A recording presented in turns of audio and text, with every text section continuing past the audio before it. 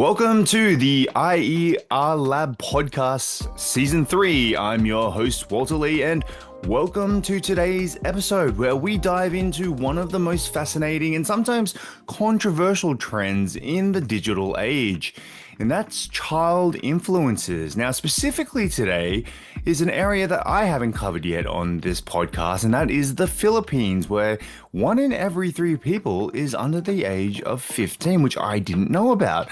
Children have become a major presence on social media, as we know all over the world they have. Many of them go viral overnight, turn into memes, which we'll talk a little bit more in depth with our guest today, and even make their way onto television. But what does this say about entertainment? What does it say about family and the culture that celebrates them? Well, in this episode, we'll explore how Filipino child influencers rise to fame, how family values shape their own online personas, and what their stories reveal about the country's media landscape as well. So stay tuned as we unpack the blurred lines between childhood celebrity and the social media in the Philippines. And joining me today is Assistant Professor Samuel Cabbuag. And hello, Samuel. Hello, Walter. Thank you for having me. It's absolutely a pleasure to have you today. Now, Samuel, I have been talking to many people around many different countries, China, Australia, also Korea here. This is where I'm based. But I haven't touched upon the Philippines yet, and I have many Filipino friends, and I'm very interested in seeing how they deal with social media, and especially on the topic of child influences. So I want to get straight into today's topic and ask you, what main context does the article that you wrote, and the article name, just for people who are listening, is called "When I Grow Up, I Want to Be a Vlogger," which is something that is still crazy for me to imagine, being how Mhm. old I am. I won't reveal my age, but the child influences in the Philippines. What main context does the article identify as important for understanding child influences in the Philippines, let's say compared to other countries? Yeah, I think the most important context that people outside of the Philippines need to consider is that the Philippines is so big on the entertainment industry. So on all forms of media, whether it's film, TV, we have a lot of TV shows in what we call teleserye or from soap operas, in back in the days, and all sorts of media, they feature children. So whether it's endorsing products such as like milk products or vitamins, Hmm. they will hire children who are very energetic just to show that the milk or the supplement that they're taking helps them become more energetic. So yeah, and also children are also being featured in many drama shows, for example, Oh, where wow. yeah, people suffering, so they will hire children as like crying for help. So in so many different stories, they feature children. So yeah, it's really big in the entertainment industry. That's very interesting that the social influences actually move on to acting, because I don't even think in the Western world, or definitely here in Korea, that doesn't usually happen at all. Like where they are used on TV sometimes, but they definitely don't go into the acting side of things, which I find very fascinating. There are some people who start off very young in Korea, and they're sort of well known, and eventually they are more actors before they become influencers. But I've Mhm. never really seen it the other way around, so that's quite fascinating.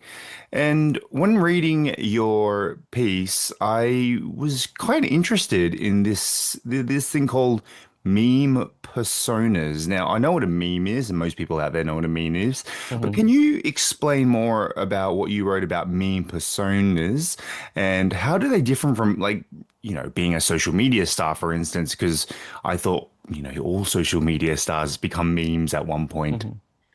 Yeah. So it's actually introduced by Professor Crystal Abedin in her book on social media influencers. But basically, it's like a tier before an actual influencer or personality, because they're just being used as objects for memes. So we have those I don't know if you remember the cool kid, like the one with the doing the fist bump. Yes, Yeah. so that old meme. So before he was like just a meme, just being used and putting different text on his face, right? So that's Mm. really like a meme person. Is like there's this specific thing that they post or video of them, and people just like make memes out of that video. So, for Mm. example, like a kid falling down or like making a funny remark, and then Mm. people just repeat it into like a meme. So, yeah. And so from the meme, do they usually become more famous after that? Yes? Yeah. So, eventually, some of them would just remain as that, but some of Mm. them would try to like make their own page, create their own, like, for lack of a better term, branding. Yeah, yeah. So, yeah. Yeah. Is there like an example of probably one of the biggest meme personas or memes that turned into one of the largest influences in the Philippines in child influencer perspectives? In child, yes, there was one. I'm not sure if it's in the paper, but there was this guy, this kid, because he was like like a cute kid. His in that video of her mom, Mm. she tries like, oh, she's trying to be kind to his parents, like, hey mom, Mm. smile.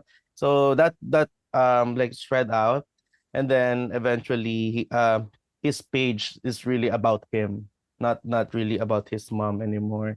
So But they created like a separate page for him, and then wow. eventually that kid was featured on a television show. So yeah. Oh, okay, so it's quite interesting that the mother sounds like she started off this page and then people were becoming more interested in the child more than the mother. Mm, I've seen that actually a few different times, especially when parents are the influencers and they put their children within their content. I'm personally against that, but that's a different story. yeah. I'm sort of quite kind of interested in different countries. There are, different social medias as well. Like something is usually more popular than others. I'm Mm, wondering, how do Filipino digital creators like typically use, let's say, Facebook Reels, or is it more popular to use Instagram mhm. these days, or is it more popular to use TikTok? And what kinds of content involving children tend to gain that popularity, and where from? Yeah. So the Philippines is still a Facebook country. It's still really strong on Facebook. Mm, So the creators they tend to follow trends. Of course, mm, we have Instagram. We still have Instagram, and of course we have TikTok. TikTok's like it's really like still like top three platform. mm. In the Philippines, but Facebook's still number one. Wow. So creators would post on they will try to post on all three Mm, platforms if they can. So for some, they will just what they call this, the co-sharing or like mm. cross posting, if that's the better term, for from Facebook to Instagram, and simultaneous posting. But they will also post a similar or the exact video on TikTok. So Yeah.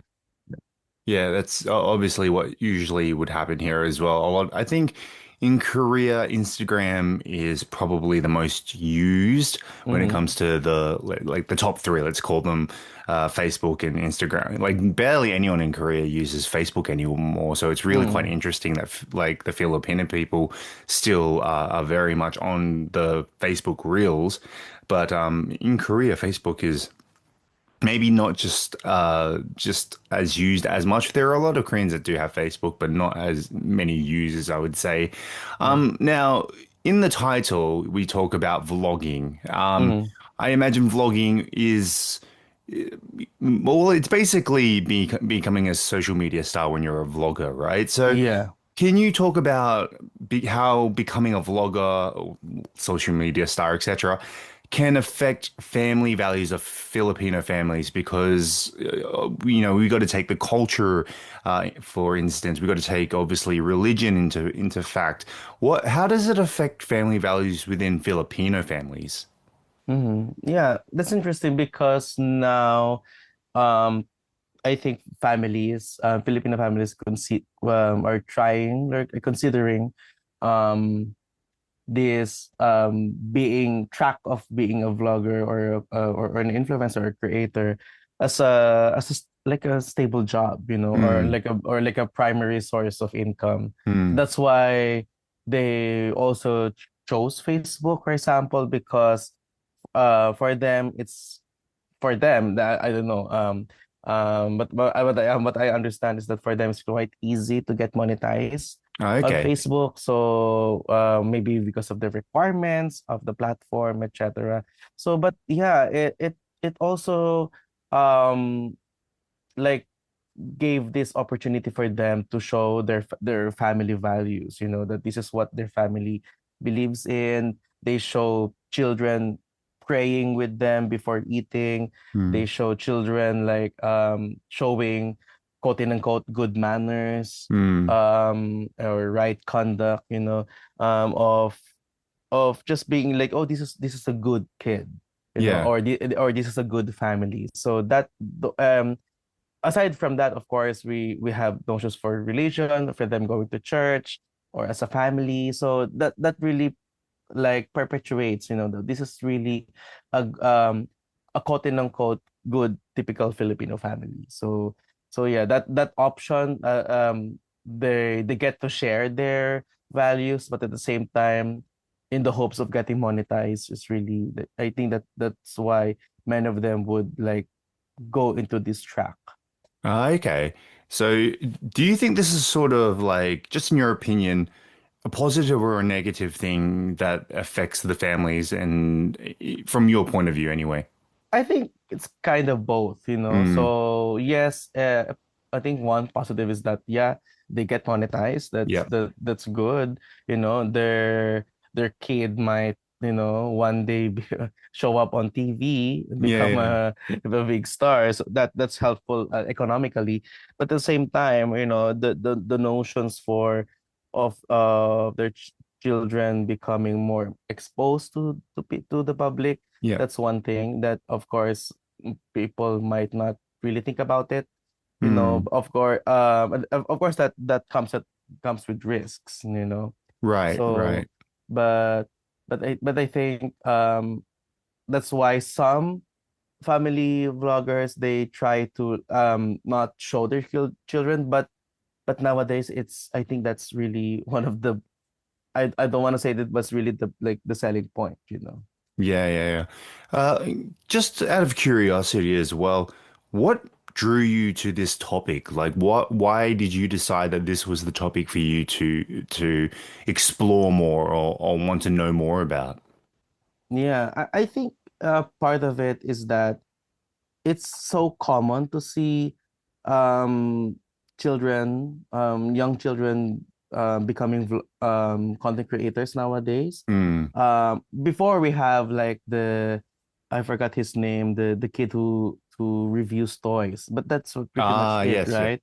yes, yes. Um, He's American, I think. yeah, yeah, yeah. Yeah, So, but now everyone just a quick scroll on Facebook, on Instagram, you see kids recording themselves, mm, not just not just being part of like a family page, but I see many vlogs, short vlogs from kids themselves on their mm, pages. Of course, if you look at their page, it's like they change their age so that they can enter the platform. right. But at the same time, it's kind of interesting to see. Of course, people are sharing it. Some people make fun of it Mm, also.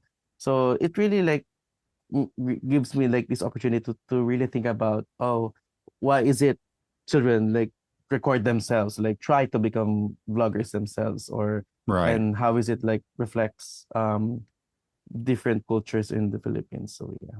Just quickly, one last question. Are you aware of the rules and regulations that the Philippines currently has on young influencers? Are there many rules? Do you think there definitely needs to be more strict rules, or do you think the government are handling it quite well?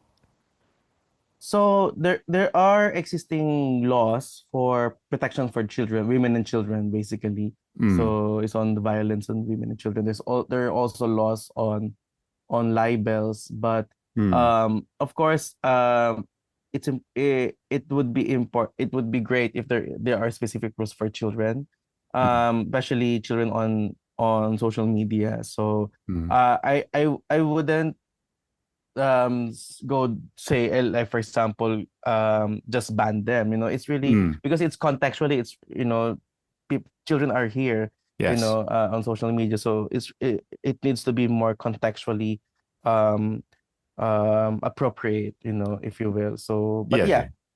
but yeah. Yeah, excellent. Yeah, I completely agree with you. I think as well, social media, along with technology, is moving so quickly, and it's very hard for any government to really keep up with their rules and regulations in line with what's considered appropriate, what's considered not appropriate, etc., etc. But Mm. before I leave you today, Samuel, is there anything you would like to promote? Example, anything that you're working on now, future studies? Because there's always potential of having you back on. So, is there anything that you'd like to promote? Yeah, so my this is part of my larger PhD studies on influencer cultures in the Philippines. So Hmm. that's why I'm really interested in different forms or types of influencers, Hmm. and also different cultures that these influencers or creators like engage or even create themselves. That's why, like, I had this opportunity to write about child influencers, but also have other like studies on different forms and spaces for creators. So yeah. Excellent. Well, we can't wait to see your future works come out, and I really hope I get to be educated by you more because Thank this you. is definitely what I would call my class of the day. I always learn something new, and today was about the Philippines. So, thank you to everyone who's listening to today's IER Lab podcast. Once again, thank you to our guest Samuel Cabbuag. And until next time, this has been Walter Lee. You may click on your next adventure now.